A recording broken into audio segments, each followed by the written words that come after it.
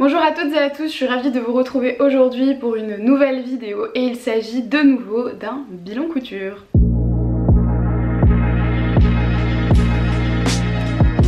Aujourd'hui je vous retrouve donc pour faire le bilan des projets que j'ai cousus durant essentiellement le mois de mars. Je vous ai proposé un bilan couture en février. Je vous ai annoncé que je ferais des bilans couture un peu moins longs avec un peu moins de pièces.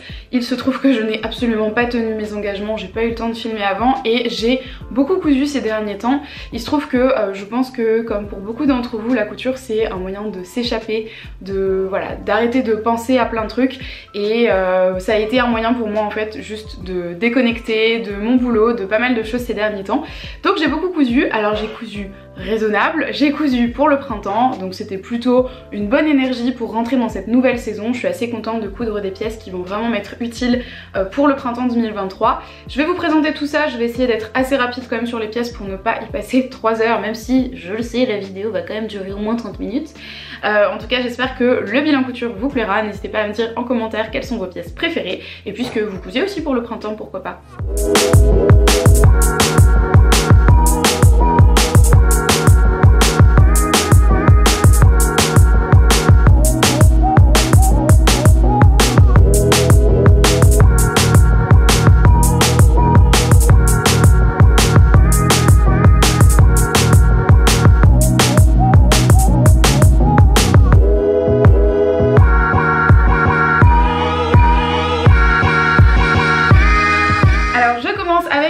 Sur laquelle je ne vais pas m'étaler puisque je vous en ai fait une vidéo dédiée. Il s'agit de la combinaison de Chandler de Makerist.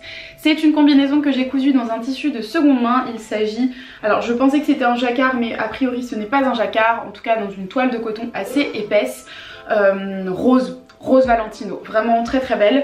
Cette combinaison, donc comme je vous l'ai dit, je vous en ai fait une vidéo dédiée, je vous la remets dans le petit i juste ici.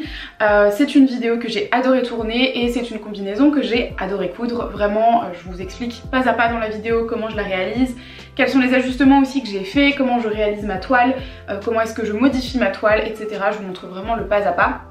Globalement donc c'est une combinaison pantalon, je suis pas hyper fan des combi shorts. C'est une combinaison avec des manches courtes mais qu'on peut très bien rallonger avec des manches longues. Normalement il y a un col chemise que moi j'ai retiré pour un côté un petit peu plus soft. Vous avez également normalement des poches plaquées sur la poitrine en forme de carré et également sur le devant des cuisses. Dans mon cas j'ai choisi de mettre des petits appliqués en forme de cœur, donc c'est pas des poches, c'est vraiment juste des appliqués dessus. J'ai pas mis de poche, j'ai vraiment voulu lui donner un côté hyper féminin, pas du tout industriel, pas du tout workwear et je trouve que ça fonctionne très bien. Il y a également une ceinture qui est cousue avec, personnellement je la porte sans ceinture. J'aime beaucoup le côté ceinturé mais en fait c'est tellement plus confortable sans ceinturer la combinaison que du coup je la porte comme ça et ça me va très bien. Alors en caméra là je le vois, vous ne voyez absolument pas la bonne couleur, elle a l'air hyper désaturée, beaucoup plus claire. En réalité c'est vraiment un rose, vous savez comme les cochons en plastique, voilà. C'est ce rose là et je trouve qu'elle est vraiment chouette. En termes de confort elle est top, comme c'est du coton et bien elle est super confortable aussi. En termes de chaleur, transpiration, etc. Elle est vraiment chouette. Et en termes de difficulté de couture, je l'ai trouvée vraiment très facile à coudre. Je suis une grande fan de combinaison, j'aime beaucoup ça parce que c'est hyper facile à porter. Je trouve que pour le printemps, c'est le genre de pièce que moi j'adore avoir dans mon dressing. J'en ai d'ailleurs 4-5 et je suis en train d'en coudre une nouvelle et donc c'est des pièces que j'adore, mais le problème des combinaisons c'est qu'il faut absolument faire une toile. De toute façon c'est le cas pour tous les vêtements normalement, mais particulièrement je trouve les combinaisons, dans mon cas je suis obligée vraiment de faire une toile pour régler la hauteur de la taille et donc c'est ce que j'ai fait pour cette combinaison et je suis très contente parce que du coup ça lui donne vraiment un fit qui est assez agréable. Alors peut-être que j'ai quand même à peine trop réduit le buste, j'ai enlevé 5 cm, peut-être j'aurais dû enlever que 3. Ça a tendance un peu à me rentrer dans l'arrêt des fesses si je lève les bras par exemple, donc c'est pas voilà, le plus confortable, mais dès que je me tiens debout, ce qui est quand même la majeure partie de mon travail par exemple, et bien elle a un tombé qui est très joli, donc je trouve qu'elle est vraiment chouette. Si vous souhaitez vous lancer dans la couture d'une première combinaison, je trouve que ce modèle donc qui est vendu par Makerist, c'est vrai que ça j'en ai pas parlé, c'est une combinaison qui est tout à fait adaptée pour un niveau débutant. Elle est très simple, il n'y a pas de trucs très compliqués. Je dirais que la seule chose un peu compliquée ce serait peut-être la pose du zip, et encore c'est que si vous n'en avez jamais fait, et peut-être la pose du col qui peut être un petit peu technique, mais vraiment c'est rien de bien compliqué et elle est vraiment très facile. Le seul truc effectivement qui pourrait être un petit peu difficile d'un point de vue peut-être un peu plus technique, c'est le fait de faire une toile et de faire ces ajustements quand on débute. C'est pas le genre de choses généralement avec lesquelles on est à l'aise, mais c'est quand même ce que je vous reconseille pour ce modèle, ce que je vous recommande ou vous conseille, vous reconseille. Donc pour ce modèle là, vraiment je vous conseille de faire une toile et de bien suivre le pas à pas du livret d'explication. Ça devrait très bien se passer pour une première couture de combinaison. Concernant son prix, je crois qu'elle est vendue au prix de 11 € sur Makerist, mais je vérifierai. Moi je l'avais chopée sur une vente à 2 €. Alors c'est bête parce qu'au moment où je filme la vidéo, la vente à 2 € a eu lieu la semaine dernière, mais voilà, c'est une combinaison qui se coud très facilement, que l'on peut se procurer facilement et qui est vraiment très chouette. J'enchaîne très rapidement avec la deuxième version de la combinaison Chandler que j'ai cousue. Cette fois-ci je l'ai cousue dans une chute, dans un reste de polyester bleu marine. Ça a l'air noir en caméra mais c'est vraiment un joli bleu marine, vraiment très bleu pétrole. C'est une combinaison beaucoup plus simple cette fois-ci. Je vais vous enlever la ceinture pour qu'on y voit un petit peu plus clair. Globalement je suis partie sur une combinaison un peu plus simple. J'ai mis des poches plaquées sur le devant qu'on ne voit absolument pas avec le contraste. J'ai choisi également de coudre un zip contrastant qui n'est pas blanc mais qui est légèrement crème. Je voulais pas un zip qui soit matché, je voulais quand même qu'il y ait une démarcation sur le zip.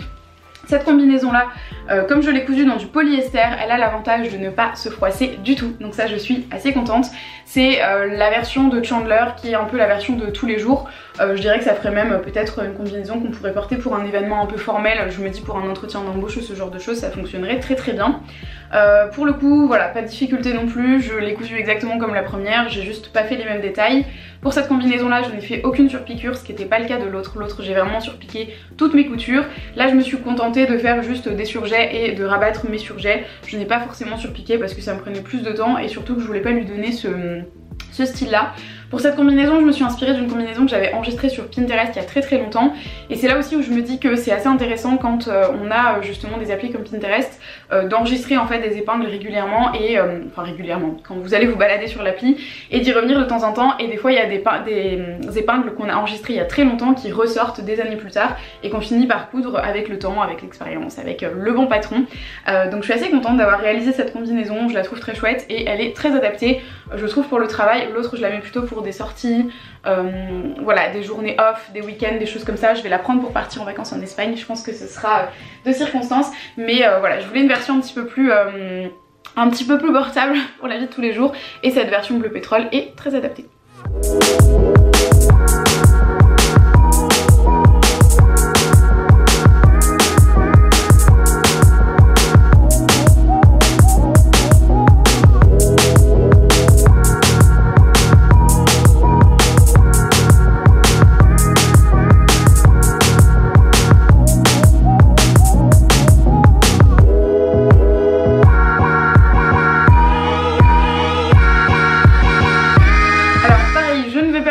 Mais j'ai cousu durant le mois de mars ce pantalon de pyjama.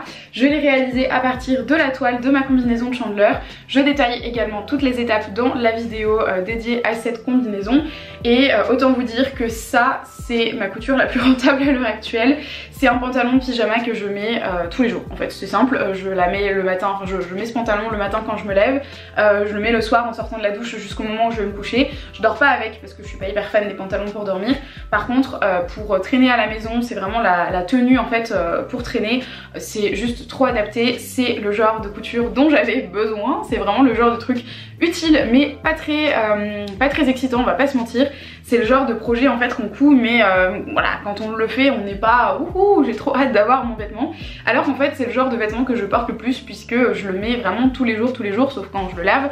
Mais voilà, c'est un projet que j'aime beaucoup, je pense que j'en referai d'autres. Je vois que j'ai une tache, manifestement une tache de curry, super, bah c'est pas grave, c'est le jeu. Je pense que j'en referai du coup une version foncée qui sera moins tachable. En tout cas cette version là elle est vraiment chouette et je ne peux que vous conseiller de vous coudre des pyjamas dans vos toiles, en l'occurrence vos toiles de combinaison, vos toiles de pantalon, peut-être que c'est adapté. Là pour le coup le patron du pantalon de Chandler était adapté. Je pense pas que je reprendrai exactement ce patron pour faire une autre version.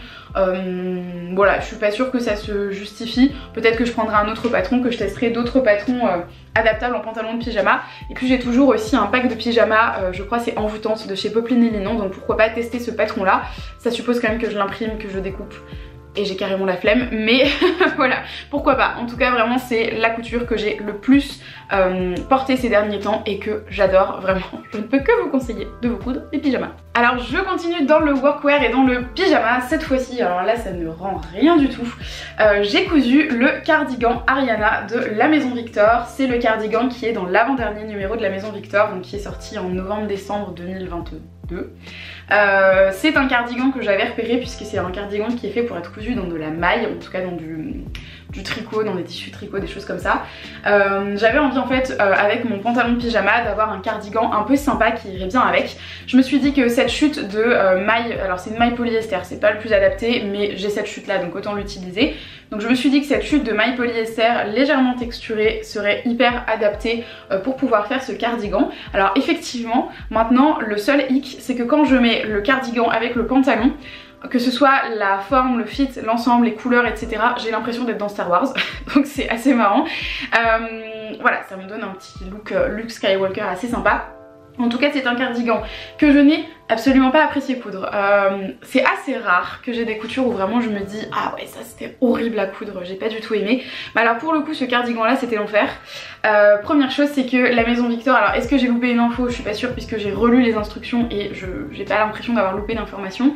Mais quand j'ai choisi du coup la taille de mon cardigan, j'ai pris les mensurations en fonction de mon tour de poitrine et j'ai choisi un 40 qui correspondait au tableau des tailles recommandé par le magazine. À aucun moment il est indiqué de sous-tailler. Donc je couds un 40 en me disant bon bah de toute façon c'est de la maille, c'est prévu pour être cousu dans de la maille, c'est un cardigan qui est vraiment conçu pour ça. Donc logiquement voilà un 40 ça devrait être bien. C'était 4 fois trop grand parce que en fait il n'y a pas de correspondance de taille par rapport au fait qu'on coud de la maille. Quand on coud de la maille on sous-taille. Les patrons de maille c'est beaucoup plus petit puisque la maille par définition ça s'étend. Surtout sur un cardigan qu'on vient croiser, sur lequel on vient mettre un peu de tension sur l'avant pour que ça vienne bien englober la poitrine. Voilà, il faut que ce soit un peu plus petit que ce qu'on va apporter en réalité puisque quand on va tirer sur la matière elle va légèrement s'étendre. C'est le principe et la qualité de la maille. Pour le coup, ce vêtement-là n'est absolument pas conçu, enfin en tout cas la taille n'est pas correspondante à la matière et du coup c'est hyper décevant parce que je me suis retrouvée avec un truc beaucoup trop grand que j'ai dû démonter. Donc vous voyez la couture centrale qui normalement n'existe pas. Moi j'ai dû donc reprendre, j'ai enlevé 16 cm quand même dans le dos, ce qui est assez énorme. J'ai aussi repris sur l'avant, j'ai repris des centimètres, donc j'ai redécoupé, j'avais la flemme de découdre mon surjet. J'ai redécoupé, j'ai recousu ma bande, donc elle est un petit peu moins large que normalement mais bon c'est pas hyper gênant. Pour ce qui est globalement de l'ensemble du patron, je le trouve bien mais je trouve que bon déjà ce problème de taille est quand même assez embêtant. Je me dis bon pour quelqu'un qui n'a pas l'habitude, qui se retrouverait avec un truc trop grand et ne saurait pas comment reprendre, c'est quand même un peu relou, même si c'est une petite couture qui prend pas trop de temps. Moi j'étais quand même déçue, arrivée à la fin de mon vêtement, de me retrouver avec quelque chose de trop grand. Et je trouve que les instructions sont vraiment pas claires. Il y a vraiment plein de moments où en fait au lieu d'écrire sous-piquer le col, il y a en fait on t'explique comment faire une sous-piqûre mais c'est un peu tourné par les cheveux. On te dit pas sous-piquer le col, pour sous-piquer faites ta. On te dit faites ta.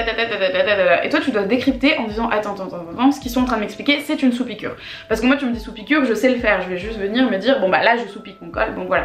Par contre pour quelqu'un qui débute c'est bien de dire faites une sous-piqûre et ensuite expliquez ce que c'est qu'une sous-piqûre. Là il n'y a pas le mot sous-piqûre qui apparaît et du coup j'étais hyper un peu désorientée en me disant attends qu'est-ce que je suis en train de faire, qu'est-ce qu'on me demande, je comprends pas. J'étais assez perdue et j'ai trouvé que la couture était pas du tout fluide. À part ça c'est quand même un joli modèle. Je le trouve quand même chouette, c'est un modèle qui est manche longue. Moi j'ai rajouté quelques détails comme le passant à l'arrière du dos ici pour pouvoir en fait passer ma ceinture et faire en sorte que mon dos reste bien plaqué en bas et qu'il vienne pas remonter dans mon dos. J'ai également créé une boutonnière, alors j'aurais dû l'entoiler, j'ai plus de thermocollant, donc tant pis. Mais j'ai créé une boutonnière en fait pour faire passer la ceinture puisque normalement on doit laisser un trou dans la couture côté mais moi je déteste faire comme ça, je trouve que ça a tendance à se déformer et la couture a tendance à se défaire. Donc je préfère faire une boutonnière sur l'arrière. Globalement c'est quand même un joli modèle qui présente de jolis détails, il est vraiment pas long à coudre et ça c'est assez chouette. Peut-être pour découvrir la maille ça peut être intéressant mais faites attention à ces détails, ça taille un peu trop grand, il faut vraiment sous-tailler. Moi je pense que j'aurais pu sous-tailler de 2 voire même de 3 tailles et il faut faire attention également à tout ce qui est instruction, voilà, essayer de bien décortiquer et peut-être de vraiment se noter, se refaire peut-être une gamme de montage à la main pour vraiment comprendre comment fonctionne le modèle. Je suis en train de penser que peut-être j'avais un problème d'élasticité avec mon tissu mais je pense pas puisque mon tissu est pas hyper stretch non plus. C'est une maille qui a de l'élasticité mais elle n'est pas non plus over élastique. Et je pense que le tricot qu'ils utilisent eux est beaucoup plus élastique que ce que j'ai utilisé moi, donc ça ne justifie pas le problème de taille.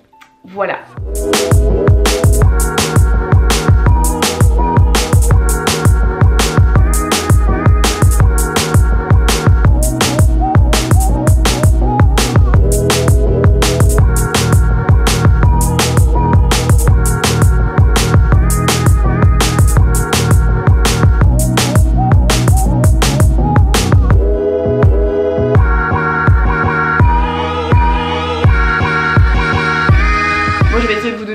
Quand même dans cette vidéo parce que là c'était un petit peu grumpy. Je continue la couture avec cette fois-ci un projet, lui il est plus que réussi. Il s'agit d'une deuxième version de mon pantalon parfait. Oui, en toute humilité, il s'appelle le pantalon parfait. Je vais éviter de le laisser trop à côté de mon visage sinon je vais disparaître à la caméra. C'est un pantalon donc que j'ai cousu à partir du patron de pantalon parfait que j'ai mis au point à partir du patron du short Mimosa de Charlène Plo issu du livre Ma garde-robe bohème chic. J'espère que vous suivez. Ce pantalon, donc je vous en ai déjà pas mal parlé dans le dernier bilan couture que je vous remets dans le petit i. J'en ai cousu une première version framboise dans un jacquard juste magnifique que j'adore. C'est une version que je porte beaucoup mais ce n'est rien comparé à cette version noire que je porte à peu près 10 fois plus. Ici je l'ai cousu dans un polyester de seconde main. Il est légèrement stretch dans le sens de la laisse donc c'est assez agréable. C'est le genre de tissu parfait pour coudre un pantalon puisque comme c'est du polyester ça ne se froisse pas, ce qui est absolument génial. C'est l'effet recherché pour un pantalon. Je peux vivre ma vie dans mon pantalon, m'asseoir, me relever, me mettre accroupi, peu importe. Mon pantalon ne sera jamais froissé. Je peux le sortir de la machine, le faire sécher en une de mes journées et le reporter. Je n'ai pas besoin de le repasser et ça c'est un véritable bonheur. Et c'est un pantalon effectivement qui est très confortable parce que comme il est un peu stretch, et bien je peux vraiment bouger dedans. C'est le genre de pantalon que je veux. Je ne veux que des pantalons comme ça, je vous le dis. Je porte d'ailleurs un pantalon polyester sur moi, le Cherry de Mesh Delmas que vous ne verrez pas. Mais c'est le genre de pantalon vraiment que je porte le plus parce que c'est facile. Au quotidien, j'ai pas envie, j'ai pas besoin d'avoir des vêtements qui demandent du repassage. J'en ai plein des vêtements qu'il faut que je repasse. Mais c'est pas ceux que je préfère puisque ceux que je préfère porter sont ceux qui me demandent le moins de temps possible. Et c'est vrai que par exemple, j'ai le crop top... Marguerite de Charlène Plo, donc de ma garde-robe bohème chic. C'est un crop top avec plein de volants, je l'adore mais comme je l'ai cousu dans du coton, il est infernal, il est horrible à porter ce crop top parce qu'il est beaucoup trop volumineux, il y a beaucoup trop de choses à repasser et du coup ça m'embête, en fait je le porte très peu. Pour ce qui est de ce pantalon, j'ai rajouté un petit détail sympa par rapport à la première version. Alors on verra pas des masses, mais j'ai rajouté en fait une petite couture centrale qui vient partir de la pince et qui va jusqu'en bas de mon pantalon. Ça donne l'illusion qu'il y a deux morceaux en fait sur mon pantalon devant et que j'ai cousu un peu une couture anglaise qui ressort. Or c'est pas du tout le cas, c'est juste voilà, j'ai plié mon tissu en deux, je suis venue faire une couture à vraiment 0,2 mm du bord de mon tissu et ça m'a donné cet effet pliure qui est très joli. Ça me permet d'avoir un petit détail un peu en relief sur un pantalon noir. Le problème du noir c'est que ça absorbe en fait tous les volumes.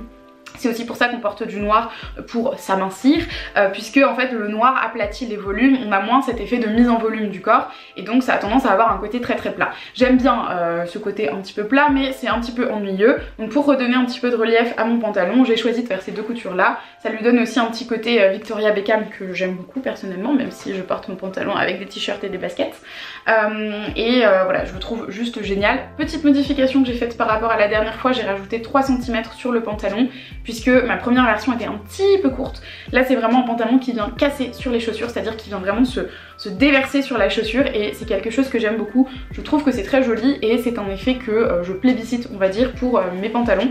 Donc je rajouterai je pense cette petite marge de 3 cm sur mes prochaines versions. Et alors pareil, je vous ai pas parlé des finitions depuis le début puisque jusqu'à maintenant il n'y a pas eu grand chose à dire, mais j'ai fait donc toutes mes finitions à la main pour tout ce qui était finition visible. Donc par exemple j'ai fait mon ourlet de bas de jambe à la main, ce qui fait que je n'ai pas de couture qui vient casser la longueur de la jambe et donc qui aussi encourage le côté agrandissant parce qu'il y a la ligne en fait qui court tout le long de ma jambe, qui donne ce côté hyper grand à la jambe, ce que je trouve très joli en plus de l'effet taille haute.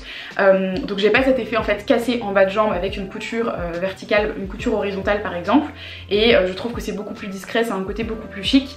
Pareil à l'intérieur j'ai cousu toute la ceinture à la main. Alors vous voyez mon surjet, moi je surjette tout en blanc, ça me coûte non seulement moins cher mais en plus de ça ça me fait gagner du temps puisque j'ai pas besoin de changer mes cônes de surjeteuse. Donc j'ai tout surjeté en blanc, j'ai fait des coutures écartées pour la fourche et des coutures rabattues pour tout le reste des coutures. Et puis donc on voit à l'intérieur, j'ai cousu en fait à la main toute la ceinture qui est entoilée uniquement sur l'extérieur avec un morceau de coton.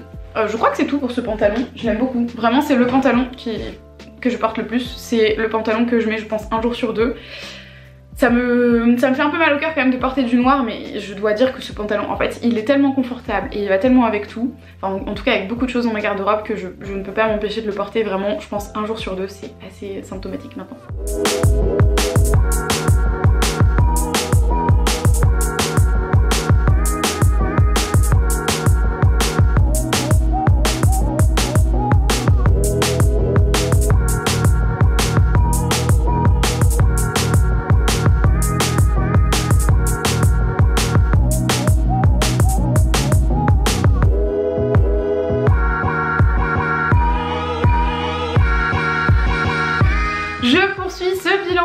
Je vous rassure, il reste 2 pièces, celle-ci et une autre, ça devrait être assez rapide.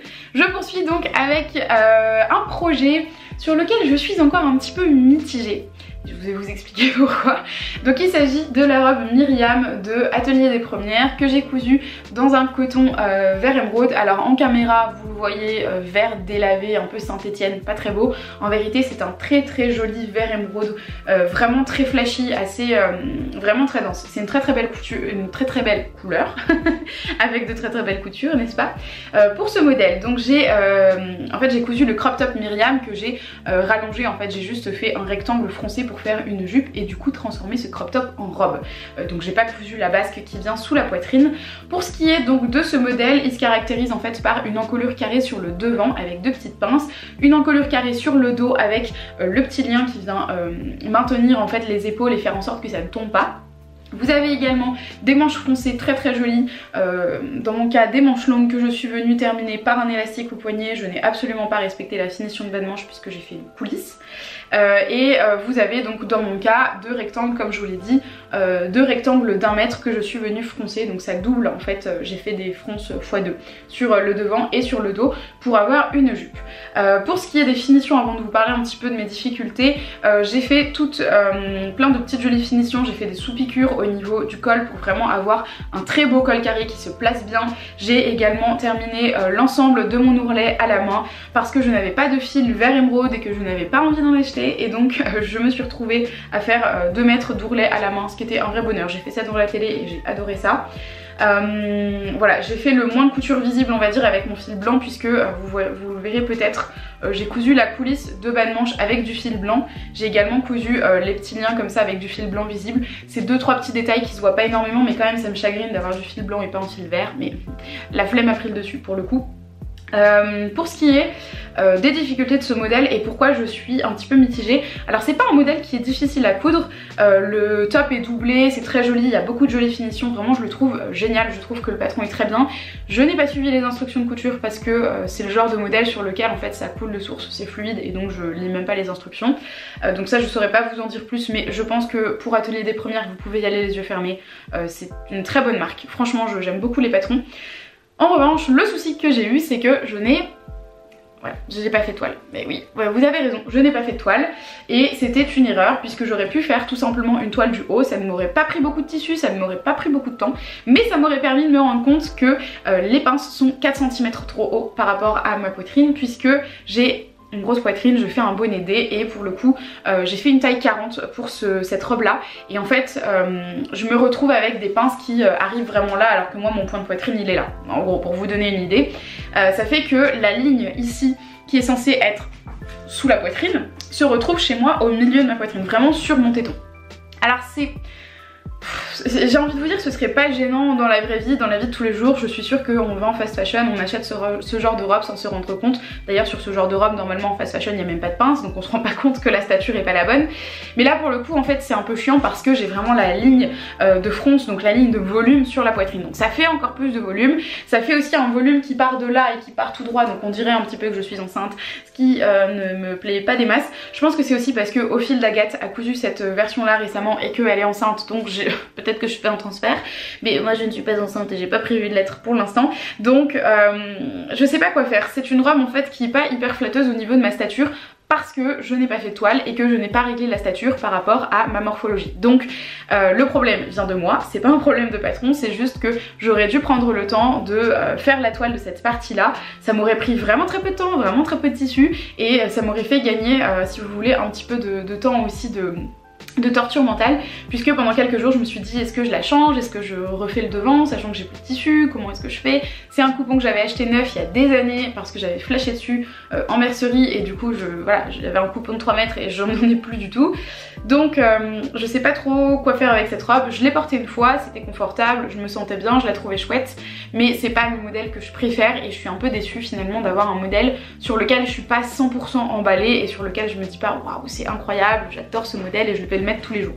Donc voilà, c'est ma seule petite déception, sinon il est très bien, très joli modèle à coudre. Je pense que je le referai, du coup j'ai fait un ajustement, j'ai rallongé ici de 3 cm pour pouvoir gagner un petit peu, faire redescendre la pince et gagner un peu aussi en décolleté, et voilà, c'est pas très grave, mais en soi c'est quand même un petit peu embêtant puisque j'ai une robe qui est pas 100% adaptée à ma morpho, et je dois dire que plus le temps passe, plus je me dis je veux vraiment des vêtements qui sont 100% adaptés à ma morphologie, 100% adaptés à mes formes, à la manière dont je vis, en termes de matière, en termes de fit, en termes de stature, et c'est pour ça que je prends de plus en plus le temps de faire des toiles.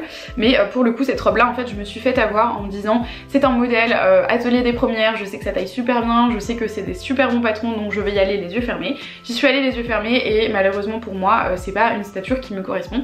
Voilà, c'est comme ça, j'aurais dû prendre le temps de faire une toile, mais bon, ça arrive et du coup j'espère qu'on ne m'y prendra plus.